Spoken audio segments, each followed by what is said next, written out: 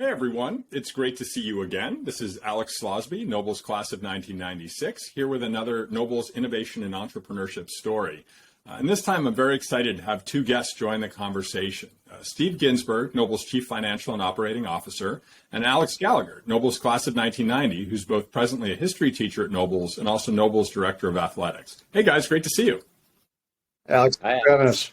Well, thanks so much for joining. So a little bit of history. In 2016, Steve and Scott Wilson, an economics teacher at Noble's, co-founded a class to teach students how to be entrepreneurial, and not only in the classic startup business sense.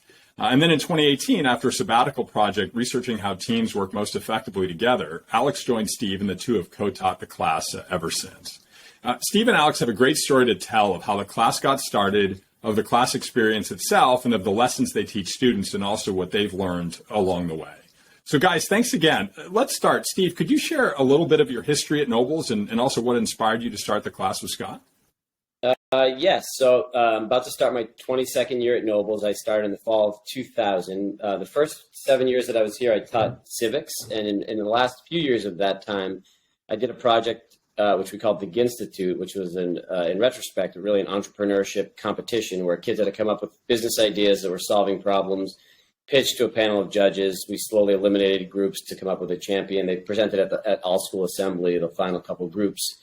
Fast forward 6 or 7 years, I went to the National Association of Independent Schools Conference, big national organization of independent schools. And there was a speaker who was talking about teaching entrepreneurship and innovation at independent schools, and seemed interesting. And when I went, it really hit home. And a lot of the things that I had found there to be an opportunity to do here existed within this class. At Noble's, as most of the people listening know, it's a very high achieving group of students who want to do well, who want to know what they need to know so that they can deliver it back to the teacher. And even though we talk a lot about risk taking here, it's hard in the classroom. And this course, by its nature, requires risk because there's ambiguity and there's uncertainty. There's no known outcome. Most of the time in this class, you're working on projects where you're trying to identify problems and build solutions. And you have to work effectively within teams to do so. So this course, in a lot of ways, provided the opportunity for teaching and learning that I thought our kids need as they head out into the real world. Steve, that's great. Alex, what about you? Could you share a little bit about your time at Noble's and then the path that you traveled to co-teach the class with Steve? Yeah.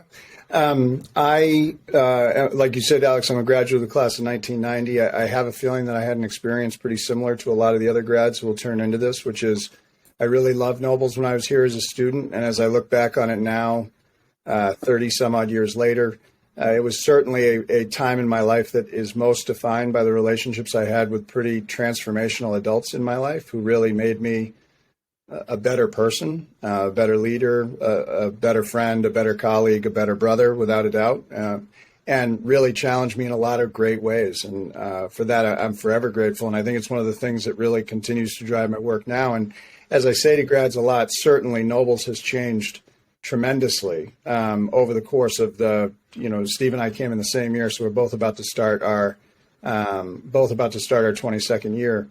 But the place has changed tremendously. But so much of what I just described about my core experience when I graduated in '90 is the same as it is today.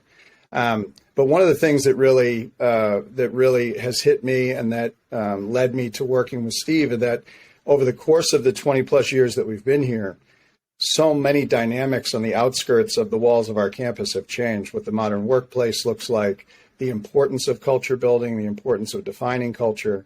And as the athletic director working with 100 plus coaches a year, we use this statement a lot that we think 90% of a coach's job now is culture building and about 10% are the X's and O's of what they're trying to do. And so when I was lucky enough to have the sabbatical opportunity, I did a project where I interviewed 75 coaching leaders and business leaders about how they build culture, set standards, and leave a legacy. And when it was something for me. I was lucky enough to start coaching when I was very young, and it never really slowed down to think about how I did it or why I did it the way that I did. And the sabbatical gave me the opportunity, and the interviews and conversations gave me a chance to do that. And when I came back, Scott Wilson was moving to other things, and Steve and I had a conversation about adding the culture piece to this class, and it's been an absolute joy. Because what Steve teaches about design thinking has changed my own leadership style and my own problem-solving style And I'm super grateful that I've had that opportunity, but also being able to work with kids outside of a team setting in the classroom, talking about how you build culture, set standards, and leave things better than you found it, and leaving that good legacy has been just awesome for the last 3 years.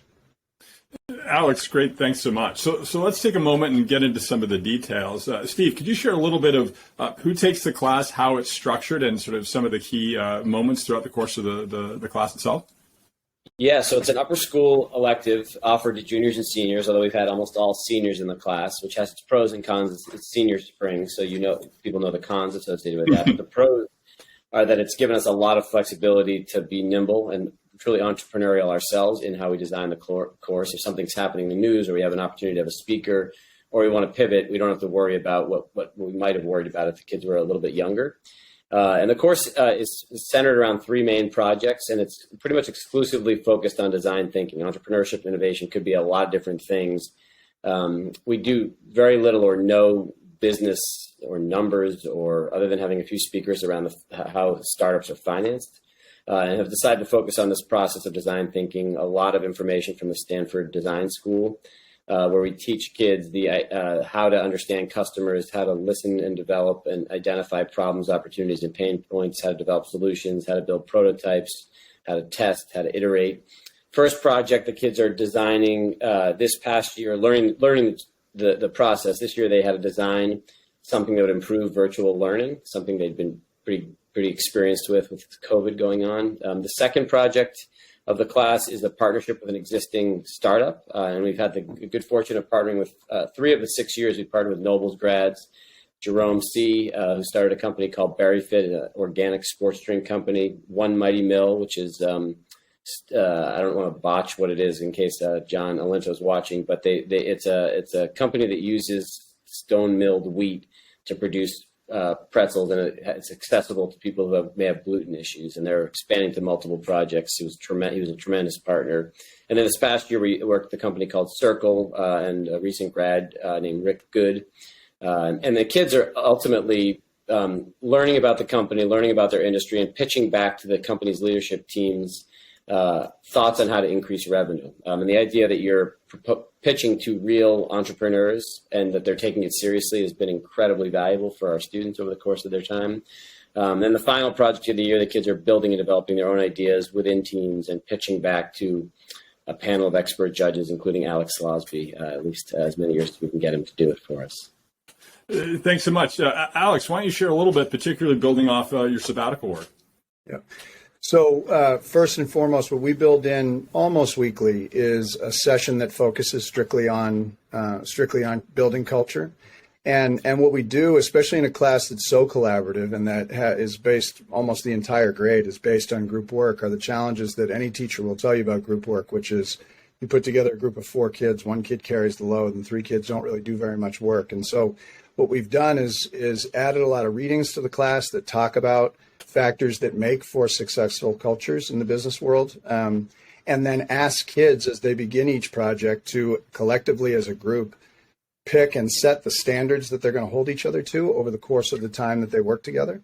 And then at the end of the group project, they grade each other on all of those standards, and it becomes a factor in their grade. And so Steve and I have definitely seen times where the truth comes out about a kid who really did not carry their weight during the course of a project. And it doesn't destroy their grade, but it certainly impacts their grade, and they're being held accountable by their peers. And I think they know from the beginning that that's going to be a factor when we get to the end. And I would say a lot of the focus on the culture piece is really conversation about what makes for successful atmospheres and successful environments that lead to good, creative, honest work and lead to good, creative, honest feedback.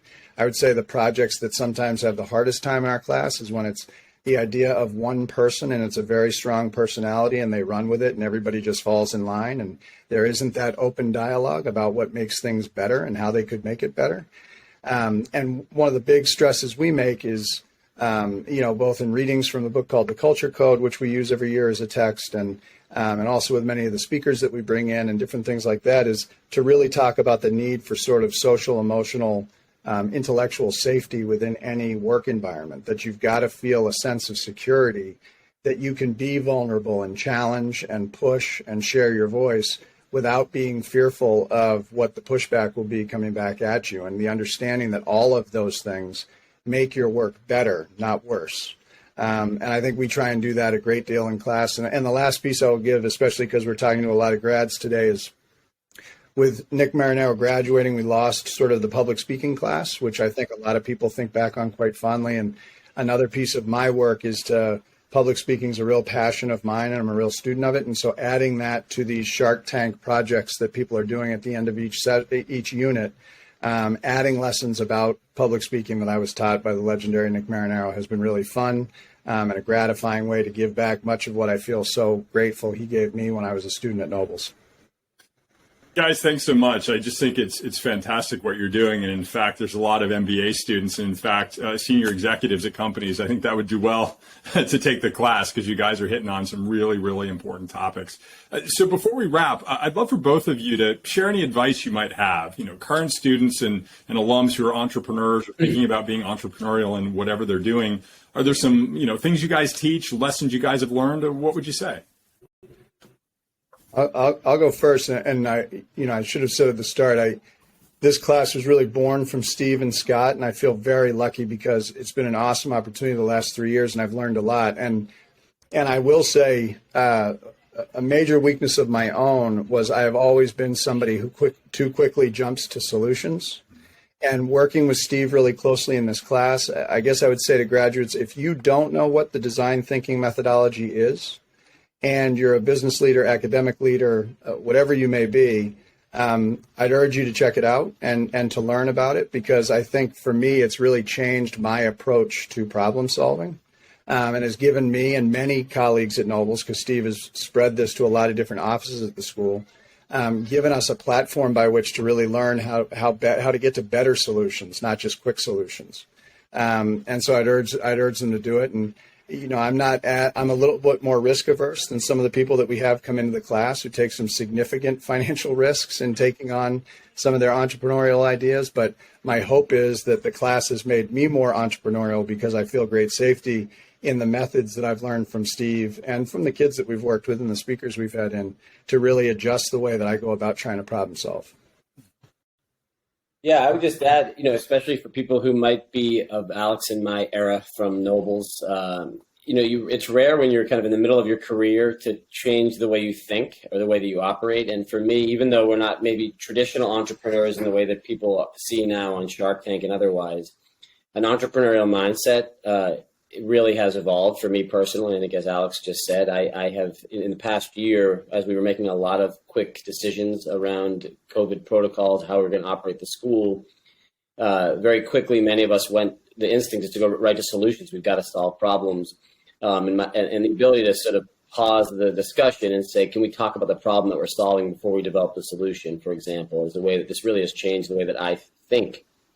And I've tried to work with some other departments at the school, our college office, our middle school core, our department head group, just to think about how they operate and how they do business and what problems exist, what opportunities exist, what solutions might solve those problems, why would they be flawed, why not, has been really interesting for somebody who's kind of, pretty far along in their professional journey to have a mindset change. So, I'd encourage, as Alex just did, sort of, folks, there's a lot out there that's been written about this process, and certainly we're happy to talk with anybody about it as well.